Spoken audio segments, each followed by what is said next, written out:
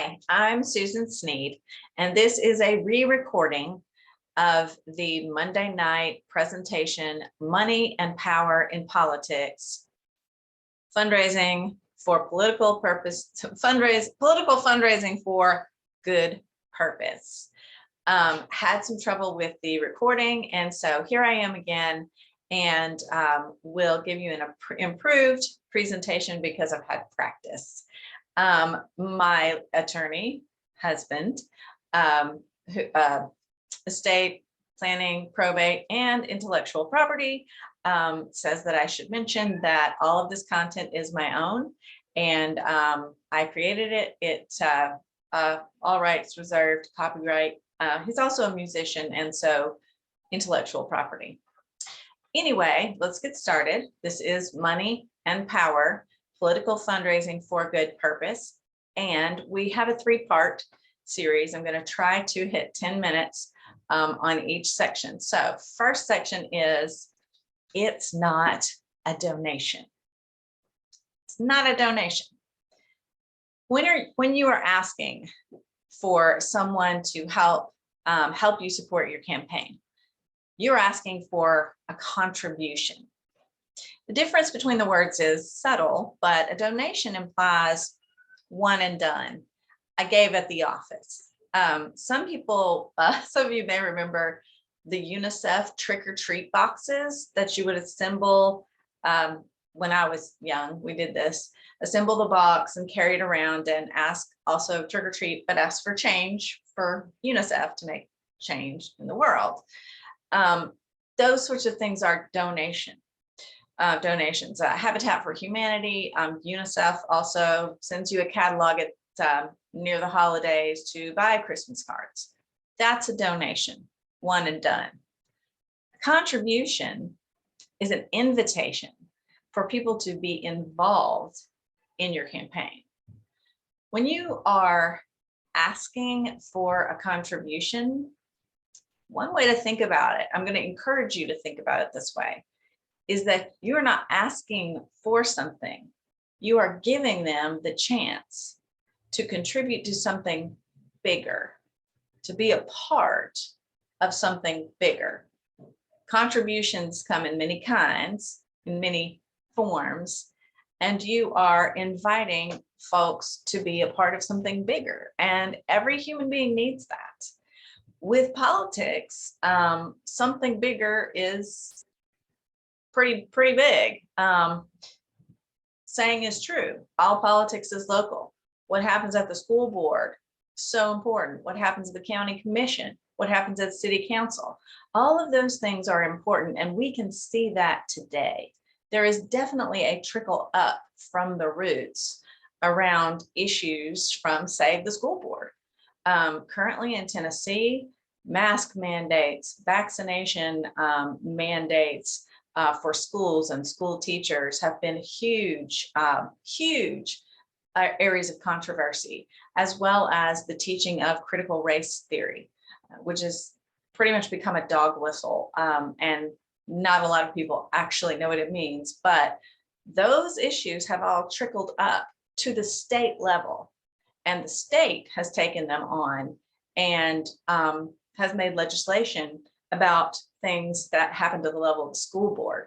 So when you are on the school board, you influence things across the state. You have that potential. And State House, when things come to that level, you're talking about voting rights, women's rights, funding for public schools. Tennessee currently has an F rating, not the performance of public schools, but an F in the funding that we provide for our public schools. So the state legislature, which again is affected by school boards, county commissions, city councils, and it goes both ways, very, very, very important. If more people had contributed to the state legislative races in Texas, we would not have the draconian laws that are now on the books regarding women's reproductive rights.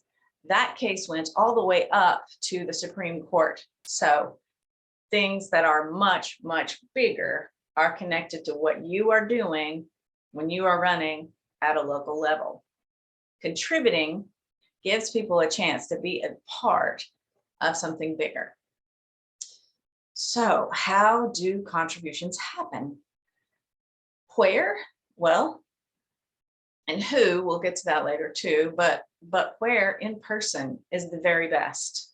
Have coffee, take a walk, have lunch, whatever works, play tennis with people that you want to ask their perspective. You want to gather and glean from them. This is kind of the first round, what they know about the community, what they think are the needs of the community.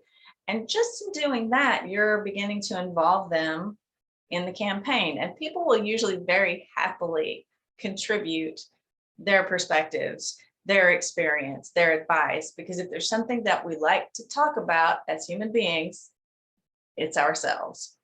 So in person is a great way to start. On the phone,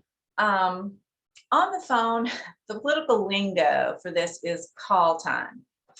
And depictions on television are, somebody locked in a room with a phone and you better make 600 phone calls in the next 5 hours. It really doesn't have to be that bad. You do want to set a certain amount of time, say 5 days a week, and have in the room with you an accountability buddy and a list of the people that you want to call. You'll do a little pre-call planning. This is the chair of the local AARP chapter. So maybe what we ask him about is, could I come and speak? You as the candidate, come attend a meeting. Be there or say a word about myself, introduce myself. That may be the ask for that person. And then another person on the list, the ask may be different. And then you keep track of that on your own database. You kind of have to build your database as you go along. In person is great. On the phone is probably second place. There is some controversy about leaving messages. Personally, I made the decision to leave messages because how often do you answer the phone whenever you don't recognize the phone number? So in leaving a message, if that's what you end up doing, all you do is, hi, this is Susan Sneed, and I'm excited to let you know what I'm into now. I'm running for office. I wanted to just touch base with you about that, get your ideas for my campaign, and I'll give you a call back, or here's my number, and give me a call when you have time. Thanks. I'll give you a call back. Talk to you soon. And when you say that you will give them a call back, give them a call back. Follow up, follow up, follow up is crucial. Emails are third on the list. Very similar to leaving a message on the phone. Keep it short. An introduction of, say who you are. Hi, I'm excited about what's going on. Wanted to share it with you. You will probably have a Facebook page, a simple website. Leave those in the email. You can do that in the phone call as well. And send the email. That's it basically. And then let them know in the email that you'll follow up. Invite them to email you back. But again, it's that reaching out, I'll follow up. Mail is the most expensive, most labor intensive, least effective. Stamps are more, depends on how many things you're sending, but stamps, that's an expense.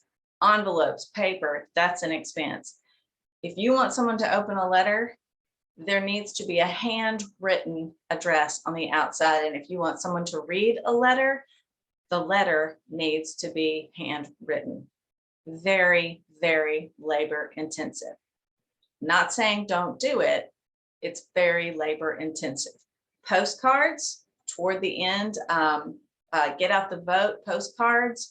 You can have people help you write the address and write, don't forget to get out to vote. That's great. But mail is the most expensive, most labor intensive, and least effective.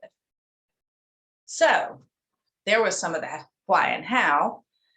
How about the who? Who, this is section 2, who loves you, baby? And who do you love? Start with who you know. Who do you ask to contribute to your campaign? One way to think of it is, well, the short answer, who do you ask, is anybody, anywhere. Think about concentric circles, though. It's going to help organize your thoughts. Family and friends, acquaintances, in-laws, outlaws, friends of friends, people who support the cause, childhood friends, high school friends, college friends that you've kept in touch with, people you've been through a licensure or certificate program with. Get in touch with them. Begin closest in and move outwards.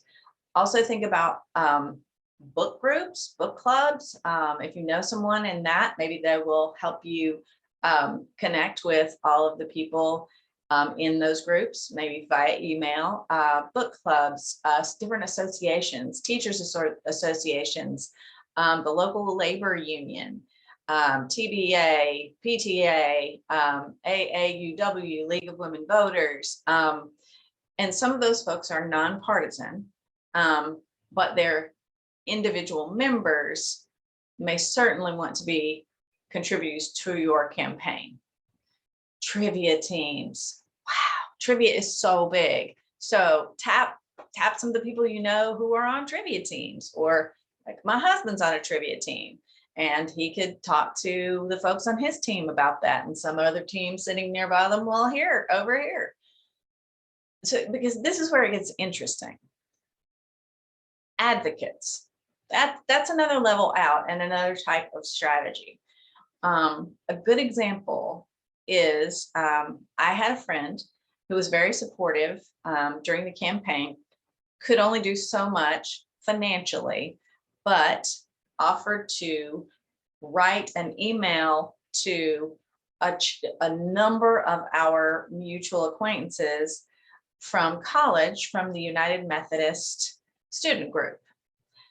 So he did that. He reached out on behalf of me to that email list, told everybody what I was doing, that the odds were steep, that the soil on Rocky Top is red clay, and that he hoped folks would contribute to the campaign in whatever manner they could. Now, these people were all over the country. So your advocates can work their networks, and they're not at home, and that's fine. These are contacts who will send emails, make phone calls on your behalf. This is based on, that's where I'm going to get kind of nerdy on you. This is where we focus on and hone in on the strength of weak ties.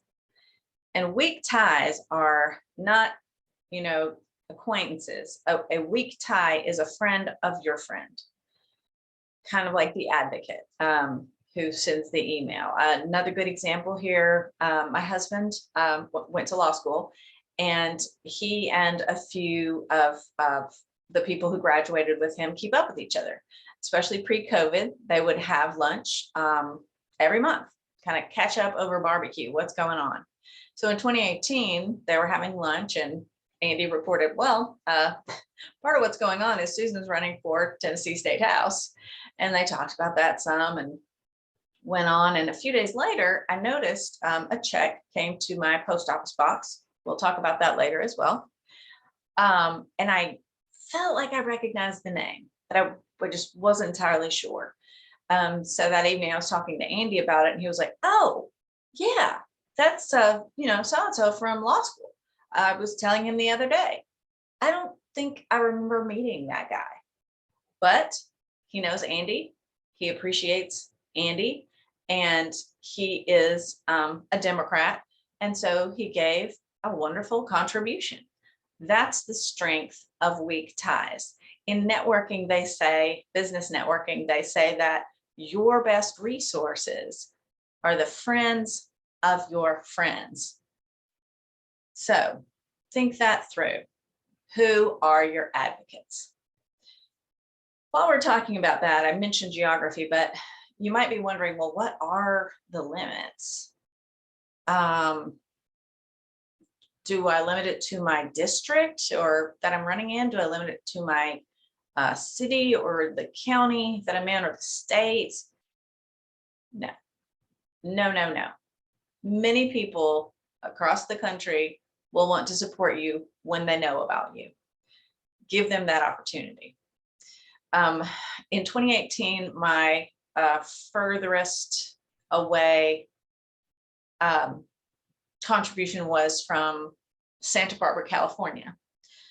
Both cycles, I had significant contributions from folks in Colorado. So don't limit yourself, and don't put limits on other people who may want to contribute to you. Another sort of strength of weak ties subject we should address is house parties. And this is when someone that you do know opens their home to their friends and invites their friends over for, please keep it simple. The food and the drink is not the important part, but invites them into their home to meet you for the purpose of meeting you. The purpose is the introduction. The purpose is not the snacking. And again, so you get to meet their friends and talk about your message and ask those people that you don't know yet what their concerns are. So you're learning, and again, they're contributing by just being there, sharing their thoughts with you. And of course, there is a financial ask at the end. And the host will usually manage that. The most successful house party I was ever given. The host opened her home, and there was an organizer who worked with her. Now the organizer invited everyone, made phone calls, sent invitations. If there was no RSVP, required an RSVP, asked for an RSVP. Whether or not someone sent an RSVP, he got back in touch with them and then sent a reminder the day before. The other thing that he did was suggest a contribution amount. And you would be surprised how uncertain people are about what is appropriate. So suggesting an amount is really actually very helpful. It's not super aggressive. People will do what they can do. A suggested amount or a suggested range is simply helping get them in the ballpark. So, and that was a Moms Demand Action house party. That group focuses on gun safety. I also, there was a Women for Tennessee Future endorsed me, Moms Demand Action endorsed me as well. So those kinds of folks will be there to do house parties as well. So now we come to the closing on your contribution. First of all, remember, you are not asking, you are giving the opportunity for someone to become a part of something bigger. If you're a salesperson or familiar with sales, the close is that point in a conversation that you ask for money. And the way that you do that is, how would you like to contribute to my campaign? Oh, thank you. I'm so glad you're interested, et cetera, et cetera. I know the issues are important to both of us. So how would you like to contribute to my campaign? That's called an assumptive close. You are assuming that they are going to make a donation or a contribution. And you can always say, a financial contribution is not the only way. Absolutely. When we get closer to the election, we're going to need people to make phone calls, to knock on doors, to sit at booths and tables at festivals and talk about me, to deliver literature all over the place. And that's definitely a part of it, and we will need you there. But right now, we're building our budget. We need to know how much money we have for things like t-shirts to wear when you're out knocking on doors, for those political signs that we're going to have to purchase. We're building our budget so that if we need to hire some interns, we can do that. People understand building a budget. People have to live within their own budgets too, and they know that you will. So we're building our budget. So right now, a financial contribution of $500 would be great. That's right. You need to mention an amount. This should be part of your preparation for your call sheet, for your call time, or for being with someone in person and asking for a financial contribution. Yes, mention an amount. Mention an amount higher than you think they may do. Again, though, it is a gift to them to give us a starting point. So if somebody's like balks, oh wow, okay, $500, I'm not sure. I'm not sure that I and it's like, oh, it's fine. That's fine. That's the cost of a box of signs or something like that. Make it real. But it's okay if you can't do $500. I know that's a lot. Maybe 250. And then you can include that, and this is a wonderful thing. The ways that you can give are, the means that you can use are checks to the post office box that you, to be mailed to the post office box that you will have set up, checks payable into the campaign account that you will have set up at your local bank. So cash, a lot of rules and regulations around cash, very straightforward. There will be more details later. Cash, you can accept cash. You can accept checks. People can also contribute to online, which is so easy and so quick, and something that many, many people are accustomed to.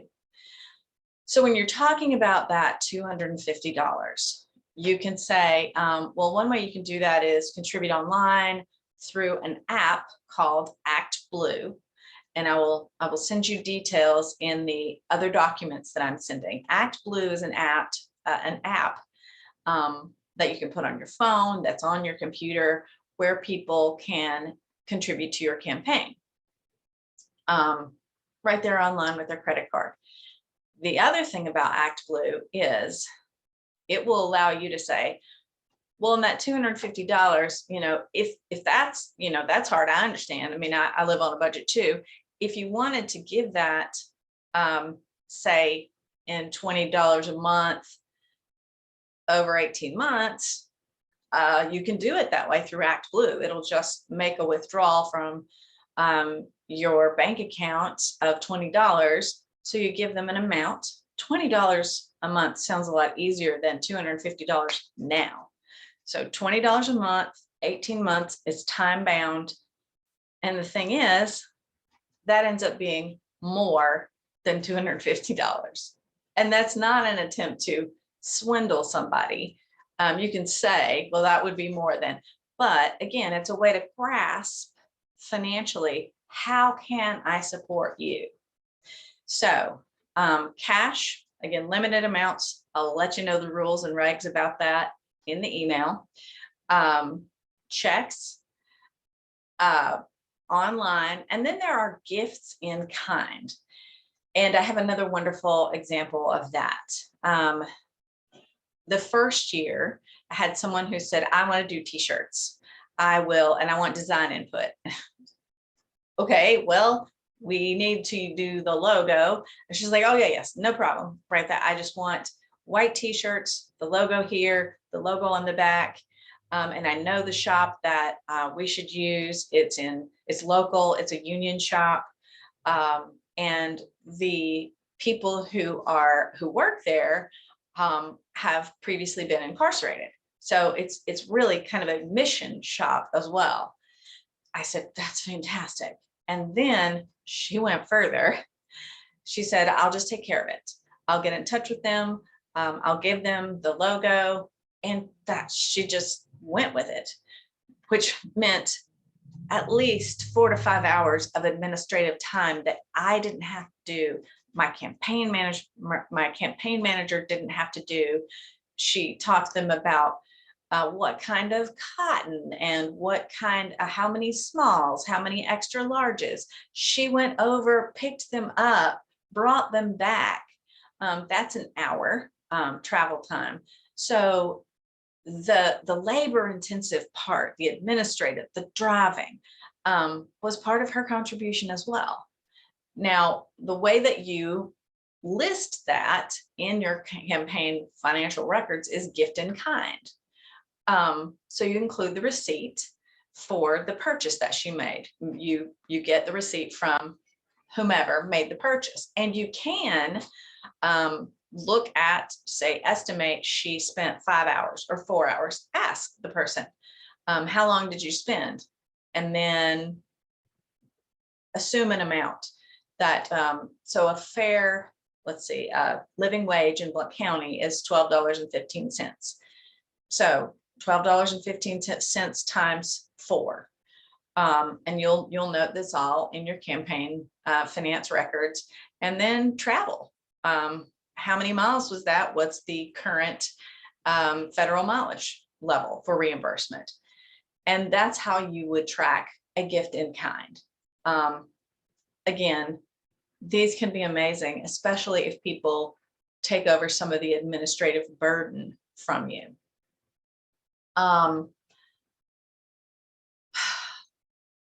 Another thing to keep in mind is don't overestimate people who you think are wealthy. People may appear wealthy. They have a nice house, they have a nice car, they have nice clothes. You've heard that they're wealthy, and yet you ask for an amount and are disappointed. That may be for a number of reasons. Their money's all tied up in investments. They're not very liquid, or they're highly mortgaged. The car's leased. You don't know. But this is a consistent theme. My father has done ringing bells for the Salvation Army and has talked to other folks who do, and they constantly are surprised when people make those donations as they walk into the supermarket. People who don't look like they have very many means will put in $10, whereas people who look like they might be better off just drop in change or won't make eye contact. So do not overestimate people who seem wealthy, and by the same token, do not underestimate people who seem to possibly have lesser means. Part of that is the correlation is not wealth to contribution, it's concerns to contribution. Those are the things that correlate. Passion about what you are doing correlates with the amount of a contribution. It's not whether someone appears wealthy or not. It's the correlating factor is concern and passion. An example that really warms my heart, both cycles I ran alongside of a man, Jay Clark, and he is a professor at a college nearby. Blount County has two state house districts. I ran in District 20 and Jay ran in District 8.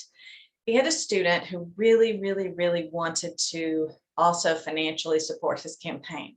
She was a scholarship student, she was work study, and he said, look, you know, there'll be plenty of ways for you to help me out. But not long after, he saw on Act Blue that she had signed up to give him $1 a month for the next 18 months. And he said that that $18 meant more to him probably than $1,800 from someone else. Often people of lesser means know the value of a dollar. So don't overestimate the wealthy, and don't underestimate those of lesser means. So we're getting very close to time here. So in closing, for me, I want to let you know that I'm here. I'm all in. I want to support you in whatever ways I can. I hope you will be in touch with me, email me. My phone number will be in my email that I send following up. And I am going to do more of these classes. I'll send that details in the email as well, but there are going to be 3 classes, and one of them is about mindset, what mindset you need to have entering into an election. The other is planning. What is your plan and who is your team? Things like that. And then the other is implementation. So there's 3 other master classes that I've already begun to prepare. And then maybe a 4th one that's kind of focused on recovery going forward. If you win and if you don't win this time, how do you go on?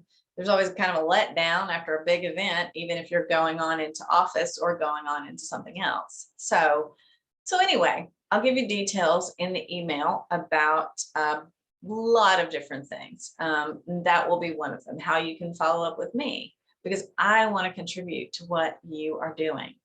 And if you're still on the fence, don't let fundraising hold you back. You are giving people an opportunity to be a part of something bigger. So please run for office. Thanks so much. I would appreciate your feedback. I will be sending you this recording and a number of other documents and resources soon. Thank you so much. Bye.